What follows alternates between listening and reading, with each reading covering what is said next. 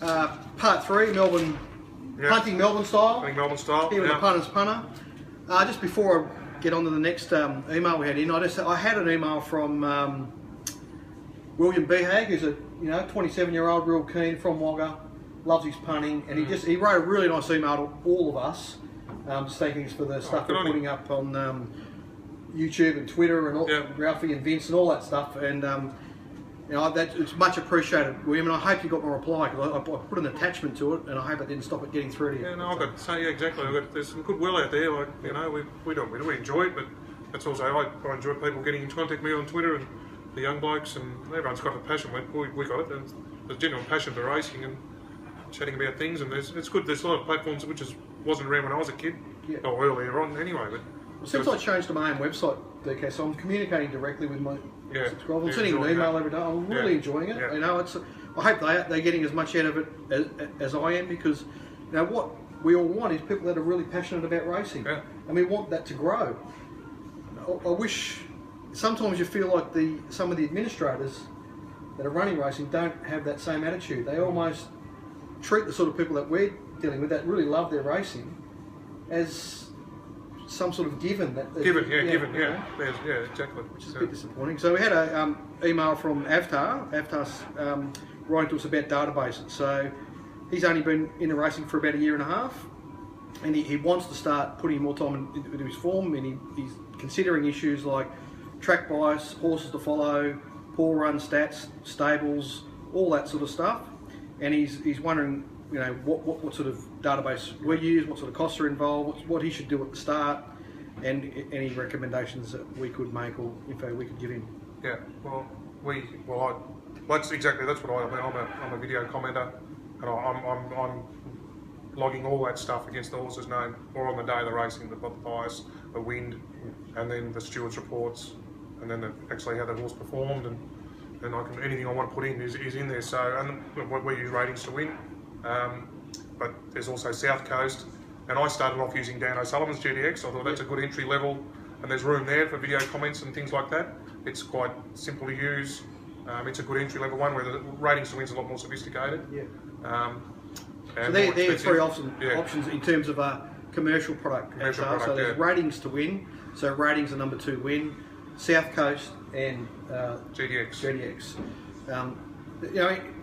In my case, I use ratings to win, but I also still keep some spreadsheets for certain information because I just like it. It's neater, for me.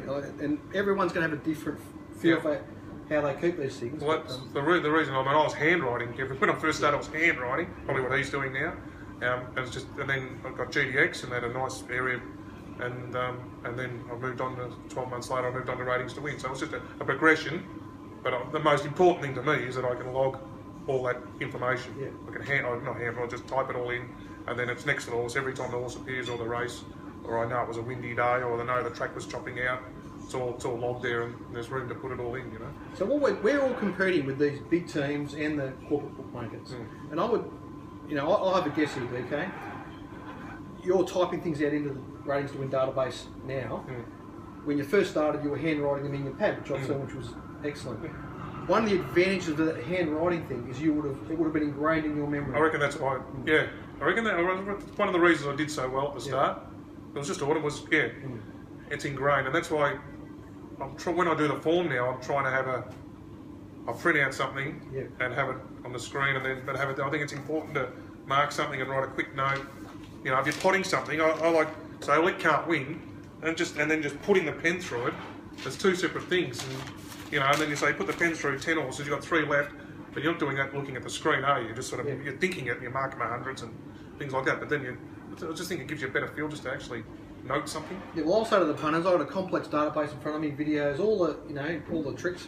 But I have 1 page per race. You probably can't see much there, but I handwrite the map out at the bottom of the screen just to give the whole purpose I'm doing that is not because I haven't got it anywhere else. It actually helps develop my feel for the race and what I think's going to happen. I'm trying to picture how this race is going to unfold while I'm taking in all that complex information about their leading runs, their platforms, where they're going to settle on the map, what advantages or disadvantages they might have, what the bias was at their previous run, is there wind to play this day, all the little bits and pieces.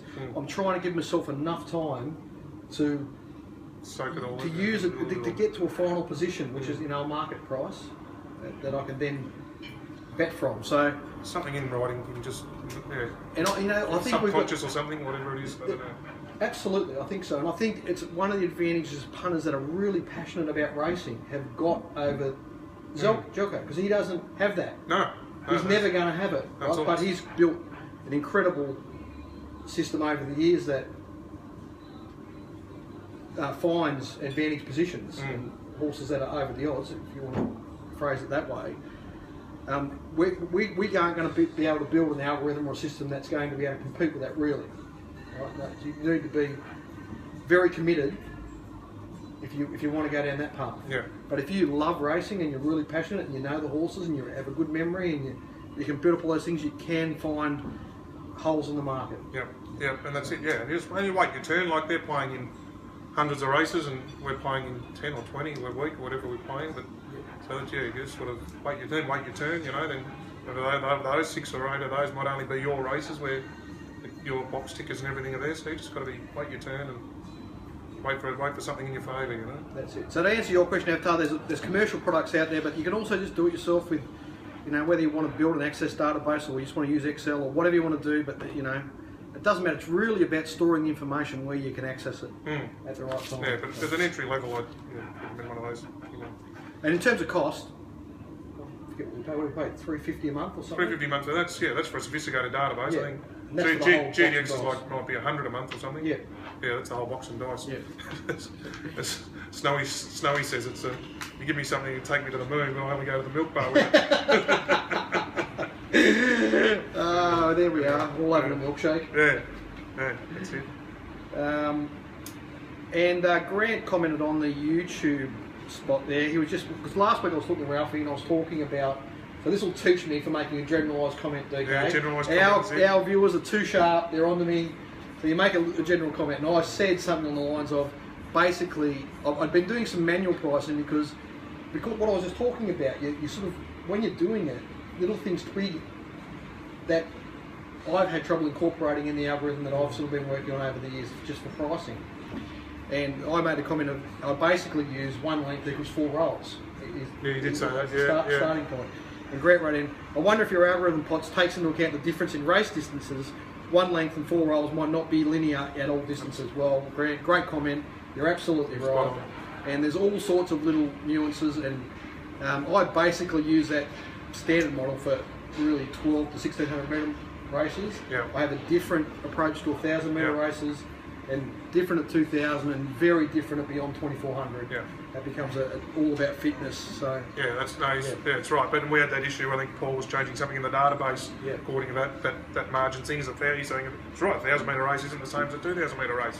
You know, it's getting beat 6 lengths in a 1000 metre race, the same as getting beaten 6 lengths in a 2000 metre. No, it's not. But to me, I want to keep everything pretty simple and straight, and I don't want to have to overthink it. Yeah. And I'm sort of betting in that distance range, 12 to 16, sort of 75% of my bet. So I'm sort of happy just sticking with my, 2 points per length and things like that, just without, as a rule, and then, Yeah, that's right. Just a guideline. It's a starting point. But I think so much. Like I have DK and I were having a discussion about jump outs a while back, and when I watch a jump out, particularly run race horses, I'm thinking of a number in my head that fits in the scale that I generally use, whether that's a jump out that's going to lead to an 85 type performance or a 95, which is 5 lengths difference, right?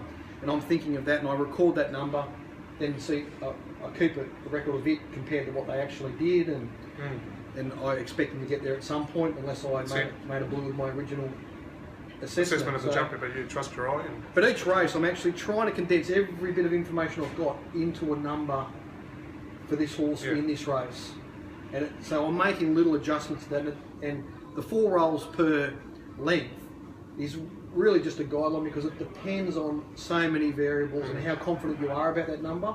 And you might think this horse could do anywhere between 98 and 104, so it's a 3-length range, and that's a huge. I mean, that's a massive difference. You know what I mean? So it just how strong you'll be on the price will depend on how strong you are on which end of that range this horse is likely to get to. So there are all sorts of variables. But well done, Grant. Well picked up, and it's it makes it all the more rewarding for us to know that we've got such sharp viewers out there watching. So good stuff. Trying to improve. Everyone's trying to improve and pick up stuff. Yeah.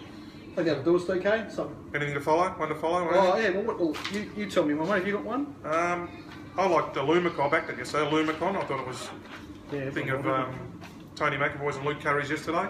I liked that race. It beat Crystal Spirit, who had good form, and second start in the race. I think it's got plenty in the tank. And there's that race won at Wednesday, Geelong last week. Yep. True Excelsior, Prepare to Win, Elgin Gino. They're all nice. Don't give them away, DK. I want to back all those horses. I want to back all of them. They ran absolutely right. They're all nice horses. So, but that's the beauty now. There's all these things resuming, and all these nice horses who are trying to get to derbies and guineas and whatnot. So yeah, they're all appearing at the moment. Now I'm going to pluck one out here, DK. I'm just plucking it out to ask you because it caught my eye when I did the times and I watched the video. It was the first starter at Swan Hill on what was a pre-testing track. Right, so and it did. I backed it. I know which one. No. Ran second? No, this one won. Oh, won. Who ran second? Which one? Lawless Rain or something like that. Come from last in a heavy 10 and ran second. You know, I was 15 to 1. The horse that ran second here, I think, is interesting in its next start as well. But the horse that it just caught my eye, one, it was called Enyo. It just seemed like a particularly good debut performance. Terry Marina O'Sullivan. It did sneak up on the fence, but it's out of his good. He had a good. It's out of his good mare, Fearless Sophie. Like it was a 4-year-old plus maidens, but they're okay this time of year because it was just the 3-year-olds. That's what caught my eye. It was a 4-year-old plus maiden. They're normally awful, and this time of year they were right because they're the 3-year-olds that just turned 4. But I looked at that race. I said, well, the race were no good. Yeah. So it came down to the Weir first starter and the Terry O'Sullivan first starter. So that red shoes, wasn't it? Yeah. I hadn't seen either of them trial. Yeah. And so I said, well, I'm not playing in the race. It was no surprise to see them run first and second. The margins were surprising. Yeah. They smashed a horse, got all the line, who only got beat length and a half at Bendigo yesterday. So, but Fearless Sophie, who's that Enyo was out of, she was a good mare of Terry O'Sullivan's, who got up in trip and was strong and everything like that. And well, backing me out of the good mothers, I had to back one of John McCardle's on Friday, Hard Faith. Only a small bet, but only because it was a hard race. But I just knew it'd be strong as out of his good mare, Absolute Faith. Yeah, right. Yeah. And she was really strong. She got up in Oaks. I think she ran second in a Adelaide Oaks or something like that. So just want a horse, looking for a bit of strength and something to run out, be strong late. It was strong late. So yeah, coming out of these good mares, they tend to throw something with their. There's that instinct memory, passionate about racing thing I'm talking about. That's the sort of thing that happens if you are heavily engaged in this sport. Well, so the first thing I saw with that Enyo was the mother. Yeah. Oh, Fearless Sophie, because the mother. Oh yeah, I remember her. She was a good mare. Yeah. So, So it might turn out to be nothing, but I thought it and Red Shoes would probably be worth looking at their next runs. No, agree. There we go, punters. Hope you enjoy a bit of a different show today, but I hope you get something out of it. Yep, give us a go. Let's go to the stake. Green spots.